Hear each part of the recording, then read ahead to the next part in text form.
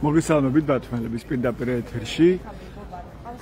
ჩვენ ბათუმში ვართ. ისევ საკონსტიტუციო სასამართლოსთან იკრიბებიან მოქალაქეები უწყვეტ საპროტესტო აქციაზე. 352 დღეა პროტესტის.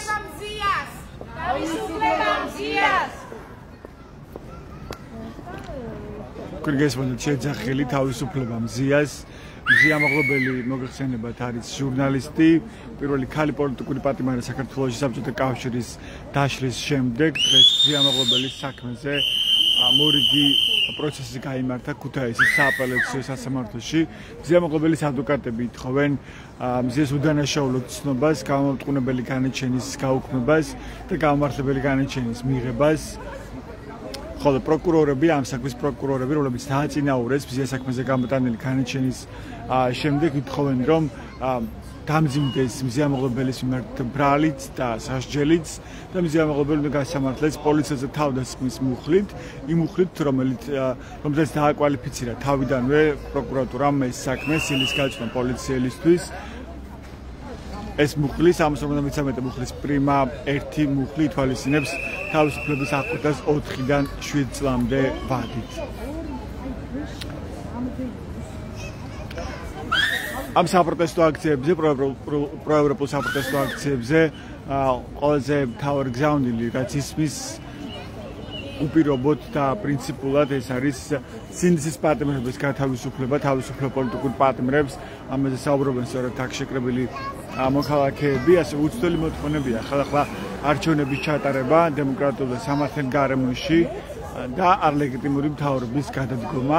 ამ მოთხოვნებით გრძელდება ეს აქციები 28 ნოემბრიდან დღემდე. მოდი გავისაუბროთ საპროტესტო აქციის მონაწილეებს ბათუმში. მერაბ ბინორ გაგისაუბროთ, აი აქეთ რო დადგეთ. მერაბ ჯიხაძე ბათუმელის პირდაპირ ეთერში. მერაბ მზიამაღლობელის პროკურორები ითხოვენ, რომ ამ ჟურნალისტს დაუმძიმდეს ბრალი და სასჯელი. ის არის 2 წლით ციხეში, მას 2 წლით თავისუფლების აღკვეთა შეუფარდეს. დღეს იყო სააპელაციო სასამართლოში კიდევ ერთი პროცესი ამ საქმეზე და პროკურორები ითხოვენ, რომ დამძიმდეს სასჯელი და 4-დან 7 წლის თავისუფლების აღკვეთას ითხოვენ პროკურორები. თქვენ რას ფიქრობთ ამ საქმეზე? თუ ადევნებთ თვალს ამ პროცესს? სამწუხაროდ დღეს სიახლეების არ მიდევნებია თვალი, მაგრამ დღევანდელი ქართული მასაჯულებისგან, საქართველოს კანტონის პროკურატურისგან ყველანაირი მოლოდინი გვაქვს. ხედავთ, რომ ადამიანი, რომელსაც ქვეყანას ასეულობით მილიონი მოპარა, მის წინააღმდეგ გირაოთი გათავისუფლებას ითხოვდა თვითონ პროკურატურა, ხო, არა სხვა ადვოკატი არ ითხოვდა, პროკურატურა მოთხოვა თვითონ სასამართლო და რავი, რა ვფიქრობ, რომ მზიამაღლობელის პროცესის და პროკურატურის მოთხოვნას დასტურია იმისა, რომ ეს ქვეყანა ემსახურება ერთი კაცის ინტერესებს და თქვენ როგორც ერთი მოქალაქე, რას ფიქრობთ, რატომ ებრძვის ბიძინა ივანიშვილი და მისი დაჯგუფება კრიტიკულ მედიას და იგივე მზიამაღლობელს, რომელიც ჟურნალისტია? კრიტიკული მედიის არა ზოგადად ჩვენ ახლა ისეთ პერიოდში ვიმყოფებით, როდესაც ავტორიტარიზმიდან ტოტალიტარიზმში გადავდივართ რა. მე ახლა ეს პოლიტიკური თეორიები არ ვიცი, მაგრამ ისეთი დრო დადგა, რომ საჭიროა გადაფრენა. ანუ ახლა გავხდით, რომ ძაფრდება კიდევ უფრო და ძლიერდება ეს. ჩრდილოეთ კორეაში 3 ტელევიზიაა რა მოქმედი და 3 არის სახელმწიფო რა. ჩვენთანაც ოპოზიციები იხურება და რჩება ტელევიზიები, სტივი და საზოგადოებრივი მაუწყება რა უთავიათ და სამივე თითქოს მრავალფეროვანი ინფორმაცია შემოგთავაზებული და რეალურად იქნება ერთი და იგივე ინფორმაცია.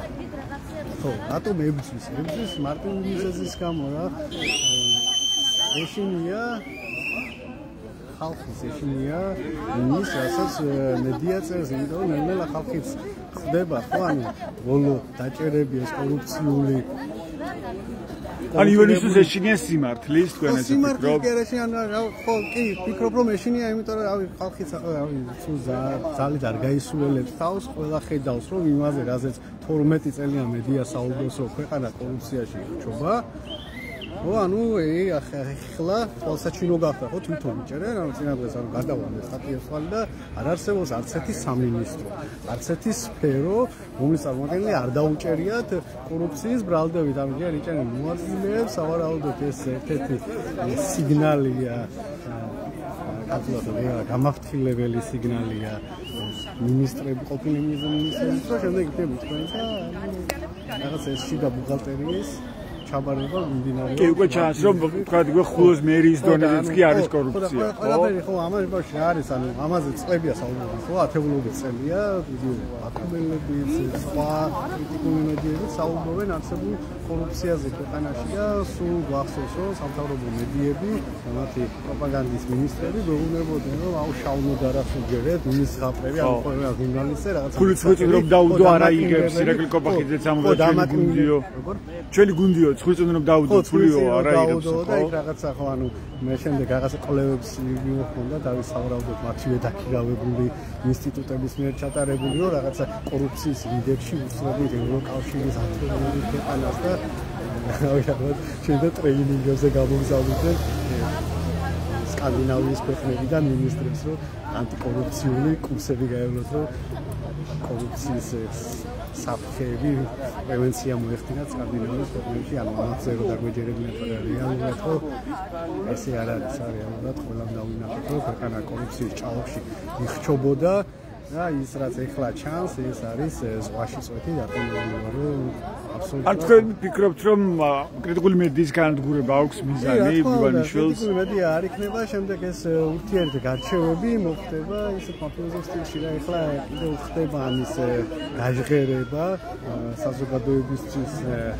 საზოგადოების ინფორმირება ამის შესახებ როდესაც არ იქნება კრიტიკული მედიები რა გადაკეტავენ სადღაც კაბინეტში შეიყვანენ ადამიანს რა ვიზუალიზაციის შემთხვევაში მოხდათ და ისე მოხდება ყველა შემთხვევაში არავინ არ იქნება ვინც ამაზე ანუ ყველა შეიძლება შეეხოს ეს უსამართლობა და უკვე აღარც შეიძლება გაჟღერდეს ეს ინფორმაცია არსად იმიტომ რომ არ იყოს კრიტიკული მედია ხო აქედან დაიწყო რომ რუსული კანონი მაგიტომ მიიღეს რომ უნდათ რომ ეს საზოგადოების ინფორმირება მოიხდინათ სიმართლით და ალტერნატიული აზრით ხდებათ ის რაც მათ ის დისციპლინა რომელსაც ისინი უწევენ თავიანთ პროპაგანდის მინისტრს. მადლობა. ეს მირაბ ჯიხაძე იყო მოქალაქე პრორეპული აქციის ერთ-ერთი აქტიური მონაწილე თქვენ მას უსმენთ ჩვენს პირდაპირ ეთერში. მოდით დაგოს მოусმინოთ მირცხოლავას. ნოკო საღამოშიდობის სამინდრო გაგესაუბროთ. დღეს მზიამაღლობელი საქმესე გაიმართა სააპელაციო სასამართლოში მორიგის ხდომა. და ითხოვენ პროკურორები რომ დაუმძიმდეს მას სასჯელი 4-დან 7 წლამდე. თქვენ იცით რომ ორი წლის თავისუფლების აღკვეთა აქვს მას მისჯილი ამ დროისთვის. რას ნიშნავს თქვენთვის ეს ამბავი? მე ამ თემაზე არაერთხელ მისაუბრია როგორც თქვენთან ასევე სხვა ტელევიზიებთან პირად საუბრებშიც პროექტში სრული მარაზმია აბსურდია იმ დეტალებსაც უყურე ტელეფონის ექსპერტიზის მოთხოვნას რომ ის თითქოს deep state-ისგან იყო რაღაცა SMS-ი მოსულიყო სიას კი ტელეფონი ამოიღესო რომ აი დავალებას ასრულებდაო უსამართლობად დაადასტურა ის და დართონება მაგრამ ვერაფერი ვერ აღმოჩინეს ამ ტელეფონში. არ ვიცი მართლა რა უნდა ვთქვა უკვე რაღაც ახალ სახელს ვფიქრობ რომ ამათ ქმედებებს რაღაცა შევარქვა იმიტომ ის სახელები რასაც ჩვენ ვიძახით აბსურდი, მარაზმი, ცირკი ამ ყველაფერს უკვე გაცდენილია.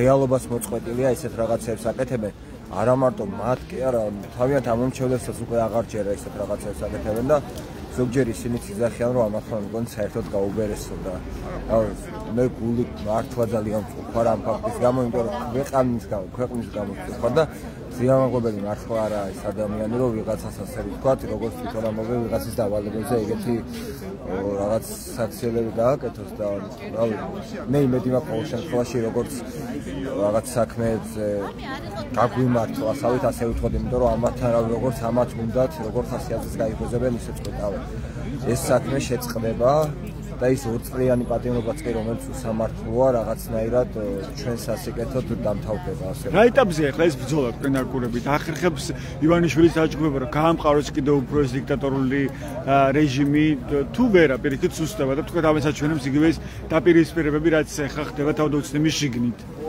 ძალიან რთულია კი ჩვენ ხედავთ რომ ეს მათი დაპირისპირებები არის ასე რომ ვთქვათ ნათელია და ანუ ყველა თითქმის მეორე ადამიანი ქართულ ოცნებაში ვინც კი მაღალთავაზობაზე იყო ან დაიჭირეს ან დაჭერის პირასთან ან რაღაცა თაღლითობაში დასდეს ბრალი და თურმე ირაკლი ღარიბაშვილმა მილიონი ვეღარ გადაიხადა და ბიზნესსაც უქარიბინა ჩადო ბანკში ნუ კი მილიონი დოლარის ღირებულების თან მილიონი დოლარის ღირებულების ბინაჩადო ბანკში მილიონი დოლარის ღირებულების ბინაჩა ხალხს მილიონი დოლარი ქართულ ადამიანმა საშუალო სტატისტიკურმა ქართველმა ბოლოს თუ ნახა და ფილის რამდენია ერთიანად ჯავში დაიმოყრილი და 6.5 მილიონი დოლარი ამოუღეს ღარიბაშვილს ახლა ფოტოებში და რიცხობრივად ვაქვს ხალხს რატო ნანახი მილიონები ასე რომ ვთქვა რავი ცდილობს რომ მისი დიქტატურა უფრო გაამყაროს სulis ამ კადრებს ვინმეს თუ ოდნავ მაინც შეხედავს რომ რაღაც ისევ მის სამომრჩეველში უფრო მეტი ნდობა გაუმყარდა და მის კონკურენტად აღიქონს ცოტა ასე ვიტყოდი ბჭყალებში იმათაც კი იჭერს იმათაც არ ენდობა შულს ეძახდა ღარიბაშვილს შულს ეძახდა და მისი შვილი გაწირა ჯერ თავიდან რაც გინდათ ის დაუძახეთო ამ ადამიანს მე კი ვნახეთ როგორ მილიონები ამოუღო და ვიღაცას ოქროს სარაკა მერსედესის პროცედებული ბრელოკი რაღაც გოიმობის ბოლოდონე რაღაცა გაუმაძღრობა მეტი არ შეიძლება და არ ვთქვა თუ არა ხორობა მაგას რომ ოქროს ბრელოკები და მსგავსი ეს მილიონობით დოლარის სახშეგედოს უბრალოდ ყავისფულად არ შეიძლება გამოგდეს როდესაც ბავშვები მოხუცები ადამიანები გარეთ შემწეობას ითხოვენ აგვისურნებში საჭმელს ეძებენ და რამ ათეულობით ადამიანები და ათეულობით ბავშვი გვეღუპება შიმშილისაგან. ეს არის სული გაუმაძღობა და ხორობა.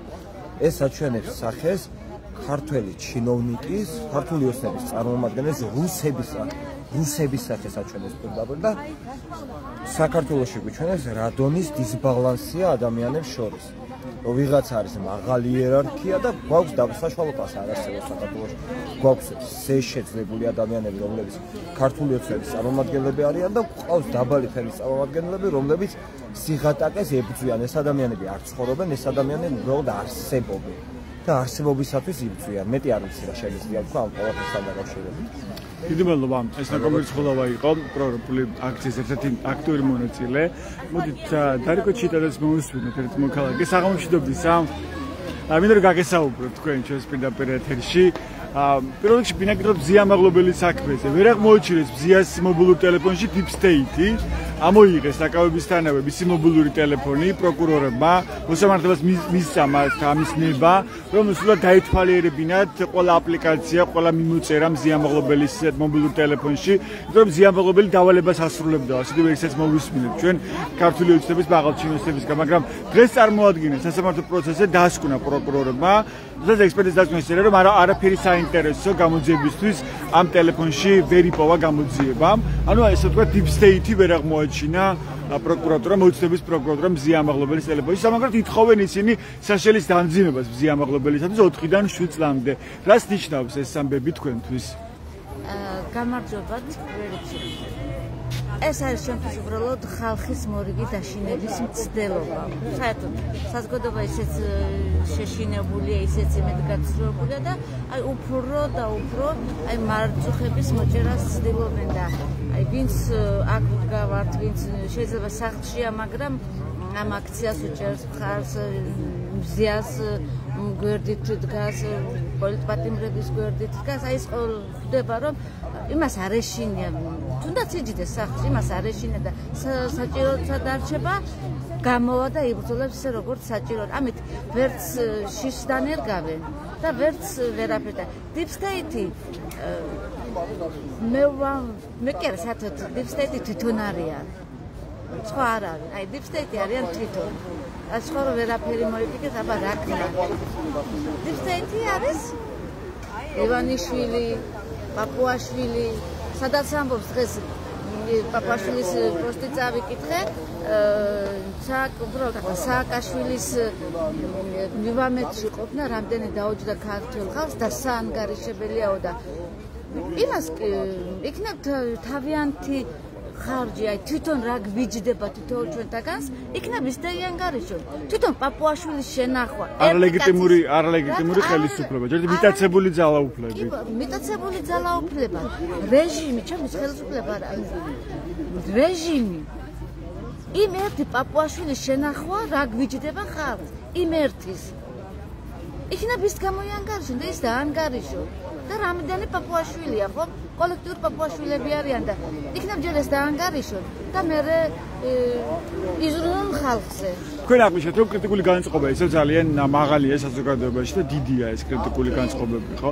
მაგრამ რა არის საჭირო ხო თქვენი აზრით, რომ ეს გამოვლინდეს, ასე ვთქვათ, მოქმედებაში და ამან იძულებული გახდეს ივანიშვილის რეჟიმი, რომ მან უკან დაიხიოს, იმიტომ რომ ის არაფერს არ თმობს ამ ეტაპზე, პირიქით, უფრო და უფრო მეტი აგრესიით მოქმედებს, იღებს ახალ რეპრესიულ კანონმდებლობას, რომ მაქსიმალურად ყველაფერი აკრძალოს და ჩაახშოს პროტესტი, ჩვენ ნახეთ, რომ პირბადეების გამოც, როგორ აკავებენ ადამიანებს, როგორ იღებენ მტკიცების სახით ამ პირბადეებს, გზის გადაკეტვის გამო უკვე ციხეში შვებენ ადამიანებს და ასე შემდეგ, ხო? ის არიხებს უკან, ის ხელშია ნებისმიერი ვერტიკალი, სახელმწიფო ვერტიკალის ნებისმიერი უწყება, ვთქვათ, ის იქნება პოლიცია, პროკურატურა, სასამართლო, ის სამყარებს თავის ძალაუფლებას. რა შეაჩერებს ამ რეჟიმს თქვენი აზრით? სანამ პოლიტიკოსები ვერ მიხვდებიან, ვერ გაიაზრებენ, რომ ერთიანობაა საჭირო, უნდა გაერთიანდნენ პრინციპით ყველა ერთის წინააღმდეგ. აი მე არაფერი ეშველება, როცა პოლიტიკოსები, პოლიტიკური პარტიები გაერთიანდებიან, აი მაშინ ხალხიც დაინახავს ძალას, ერთიანობას. ევროპაც ზუსტად ამას უყურებს, რომ აი რამდენად მოახერხებს პოლიტიკოს. კი, მაგრამ ხედავთ რომ ეს ვერ ხერხდება, ხო? და ამის რესურსები აღარც არსებობს, შეიძლება ითქვას. ხალხი ქუჩაშია გაერთიანებულია ერთაზედა, მაგრამ აი პოლიტიკოსების პარტიების ერთიანობა ვერ დაინახა, ვერც ევროპამ და ვერც ჩვენ. გინდა რომ აი პოლიტიკოსების პარტიების ერთიანობა დავინახოთ. არის ახლა რაღაც საუბრები ახალ პარტიების შექმნაზე, მოძრაობები ისინი პარტიებად ჩამოყალიბებაზე რაღაც, მაგრამ აი როცა მიუღებლობა გაქვს, მიტინგზე გამოდი, აქციაზე გამოდიხარ და თქვა იქ მე მიკრძალა ან ჩემი ბიზაშვილის სურათის გამოფენა, ან მიხეილ სააკაშვილის სურათის აი რატომ უნდა გამოვიფინო ჩემი აქციაზე ხარ მოსული და სააკაშვილის სურათი რატომ უნდა გამოვიფინო პლაკატი. ეს ხომ ერთმანეთის მიუღებლობა არის, ეს ხომ არ შეიძლება. ბუნებრივია ყველას აქვს უფლება რომ გამოხატოს თავისი მოსაზრება, ყოველს ყველა სექცია. კი ბატონო, როცა შენ გექნება ამხელა მიუღებლობა. იქ რომელ გაერთიანებაზეა საუბარი. სანამ ჩვენ ხალხი არ დავინახავთ, ხალხი არ დაინახავს ამ პოლიტიკოსების გაერთიანებას, მანამ მოგვიწევს. მაგრამ ხალხზე მუდმივად ისვის ამ გაერთიანებაზე მოთხოვნა, ხო? გაერთიანება, მაგრამ პოლიტიკოსებისგან გაქვთ თქვენ ჯერ კიდევ ამის მოლოდინი, რომ ისინი შეძლებენ გაერთიანებას. ძალიან ნაკლებად.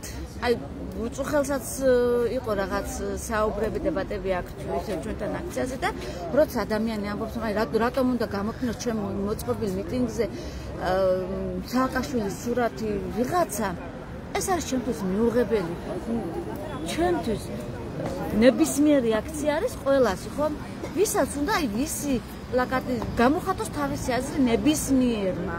თუნდაც გახარიას პლაკატი მივიღოთ, გახარია ჩემთვის სულად მიუღებელია, გახარია ჩემთვის იგივე თვალთხარა და ჩემთვის ოპოზიცია არასოდეს ყოფილა და არც ახლა არის, მაგრამ თუ ვინმე მისი მაგრამ ისევ ეხა ბრალი წარუდგინეს და პატიმრობა შეუფარდეს.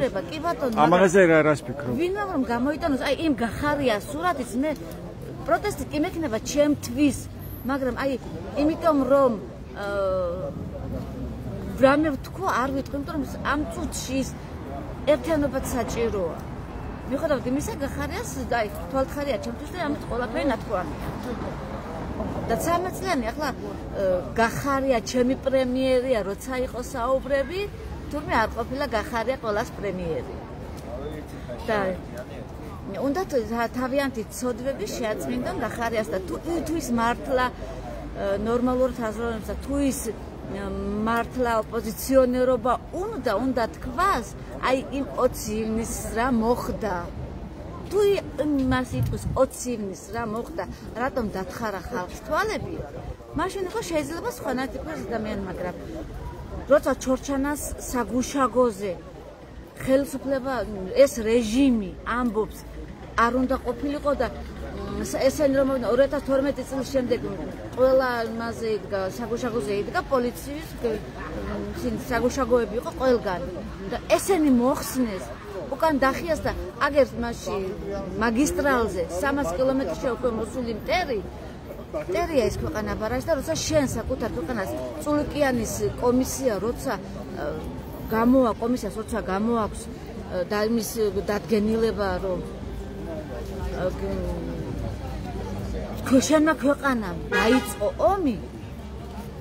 ეს ჩაწერეთ კიდევაც საკონსტიტუციო არჩევნებში, რომელსაც ითხოვენ პარტიების აკრძალვას, მათ შორის ნაციონალური მოძრაობა, მამის საფუძველზე, კი. მამის საფუძველზე ითხოვენ. ანტიდემოკრატიის დაკარგვის საფრთხეების გაძლიერებას აბრალებენ ასევე ნაციონალურ მოძრაობას. ბევრ რამეს აბრალებენ, მაგრამ აი რა იმიტომაც იმსახურებენ ზახაროვების და ლავროვების ქებადიდებას და იმიტომაც ითხოვენ უკვე ოფიციალურად ითხოვენ მას სამხრივ ხელშეკრულებას, მოლაპარაკებას თავდაუსხმელობის შესახებ საქართველოს, ოსეთი, აფხაზეთი. ეს რას ნიშნავს ჩვენი ქვეყნისთვის პრაქტიკულად? იგივე აღიარებაა, ხო? იგივე აღიარებაა და დარწმუნებული ვარ. რაც საბოლოოდ დაგვაკარგვინებს ჩვენამ ტერიტორიებს, ოკუპირებულ ტერიტორიებს. თუ ამ ხელისუფლებას თუ გაუვიდა, მაგასაც გააკეთებს. და ხელს მოაწერს თავდაუსხმელობის შესახებ ჩვენს ქვეყანაზე, ჩვენს ძმებთან და დებთან, მასა შიდა ქართლთან და აფხაზეთთან მოაწერს ხელს თავდაუსხმელობის შესახებ. ეგ არის უკვე ეს უკვე მოლაპარაკების საგანია, მაგრამ აქ არის საფრთხე, როგორც ამობენ სპეციალისტები, ხო, რომ ნებისმიერ დროს შეიძლება მას ისევ გაუჩნდეს პრობლემა საქართველოსთან, ხელოვნურად მათ შორის და როცა აღიარებული იქნება, ვთქვათ, მასთან უკვე დაუსხმელობის შესახებ ხელშეკრულებაზე იქნება ხელი მოწერილი, უკვე შეუძლებელი იქნება საომარი მოქმედების გაგრძელება უკვე მასთან, ხო? საქართველოს თავის ქვეყანაში თავის ხალხს არ ებრძვის. ის საქართველოს ნორმალური ხელისუფალი იცავს თავის ქვეყანას, თავის ტერიტორიას და უნდა დაიცვას კიდევაც. და არა ის, რომ მოაწერო ხელი რაღაც არ არსებულ და მტრულ ხელშეკრულებას. ეს ხომ იგივე შენი ქვეყნის შენი მიწის დაკარგვა არის. ანუ აქეთკენ მივდივართ ჩვენ ახლა თქვენ დაგვერვებით, რომ შეიძლება ჩვენ დავკარგოთ საბოლოოდ აფხაზეთი და სამოჩაბლო. თუ გაუვიდა ამ ხელისუფლებას, მაგასაც გააკეთებს და დაგვაკარგებს იმ ტერიტორიებს და სადაც რუსეთია შუაში, იქ არც მშვიდობა არის, არც ნორმალური ცხოვრება არის და არის ჭაობი ყველგან და სადაც ევროპაში თვითონ აზერბაიჯანმა და სომხეთმა ტრამპის მეშვეობით ხელი მოაწერეს ურთიერთ შეთანხმებას მოაწერეს ხელი. ურთიერთ თავდაუსხმელობის შესახებ, ნორმალურ ურთიერთობის შესახებ მოაწერეს ხელი ტრამპის მეშვეობით. ესე იგი, სადაც რუსეთია, იქ არის ომი და ჭაობი, შიმშილი და არ გვინდა რუსეთი ბატონო დაგვანებულ თავი რა. რეჟიმო დაგვანებე თავი. არ გვინდა რუსეთის ჭაობი, შეგვეშვით. პაპუაშვილებო, ჯერ თქვენი ხარჯები იანკარში და მე ან სააკაშვილის და ან თითოეული ჩვენთაგანის. მადლობა, ეს დარიკო ჩიტაძე იყო ბათუმის პროევროპული აქციის ერთ-ერთი აქტიური მონაწილე. თქვენ მოსუსმენთ ჩვენს პირდაპირ ეთერში.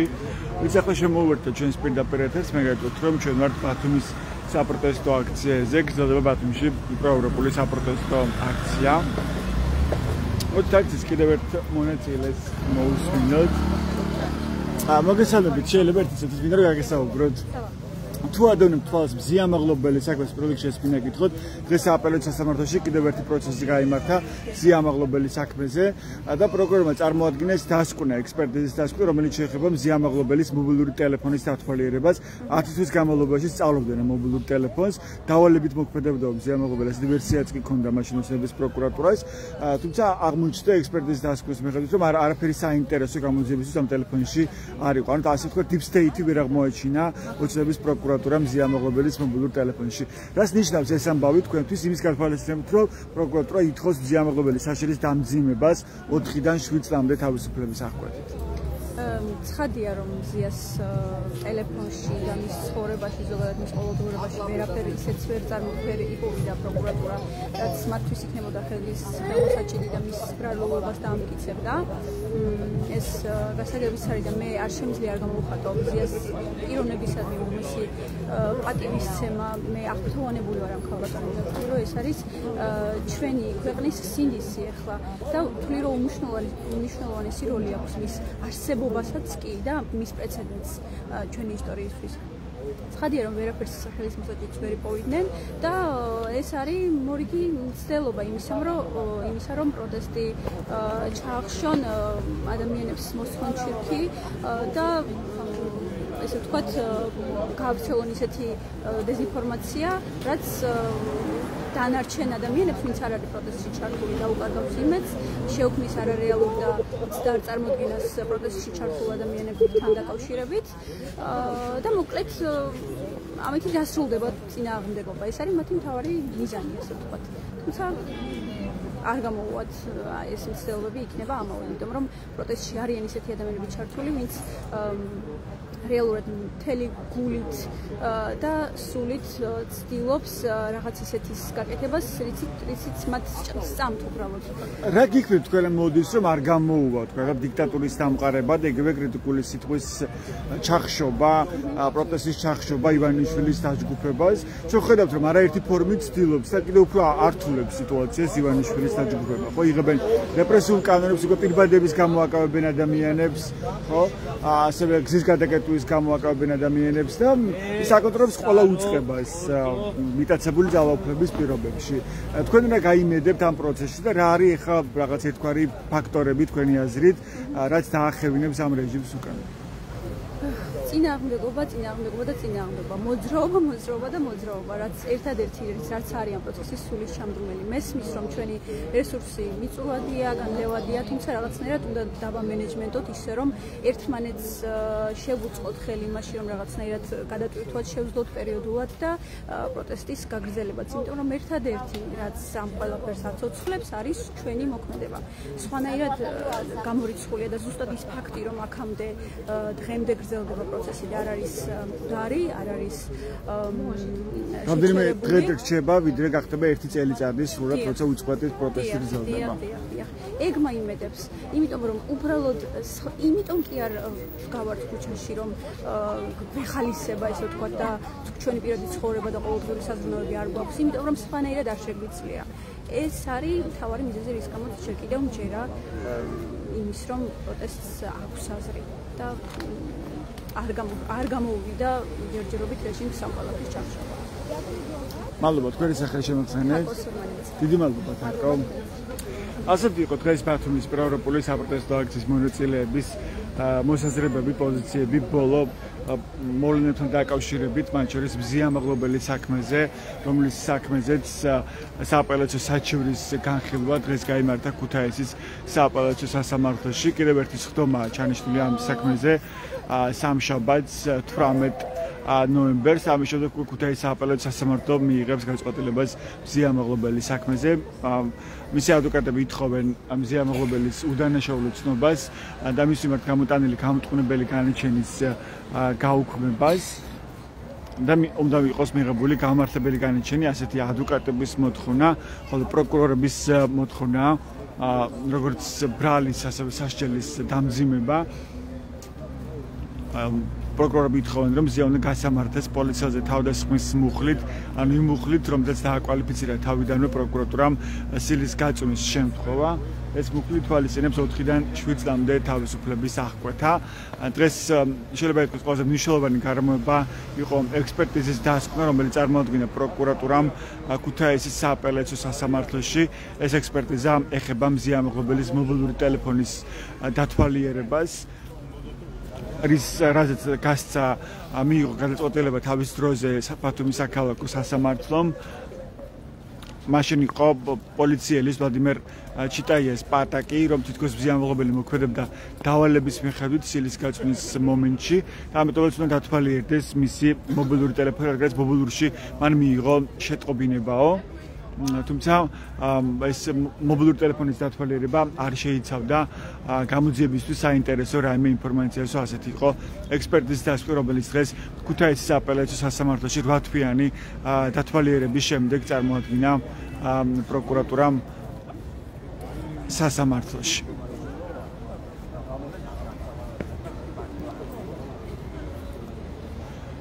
პოლიტიკური პატიმრების დამაჩერს მზიამაღლობელის გათავისუფლება არის უმთავრესი მოთხოვნა, რომელიც ჟღერდება პროევროპულ საპროტესტო აქციებზე, როგორც ბათუმში, ისე თბილისში, ქუთაისში და მხოლოდ დიდ ქალაქებში თითქმის ყველგან ისმის დღეს პროტესტის ხმა და მოქალაქეების შეუვალობა არის ძალიან მკაფიო, რომ ისინი არ დაუშვებენ ამ ქვეყანაში სინდისის პატიმრების არსებობას, პოლიტიკური ტყვეების არსებობას.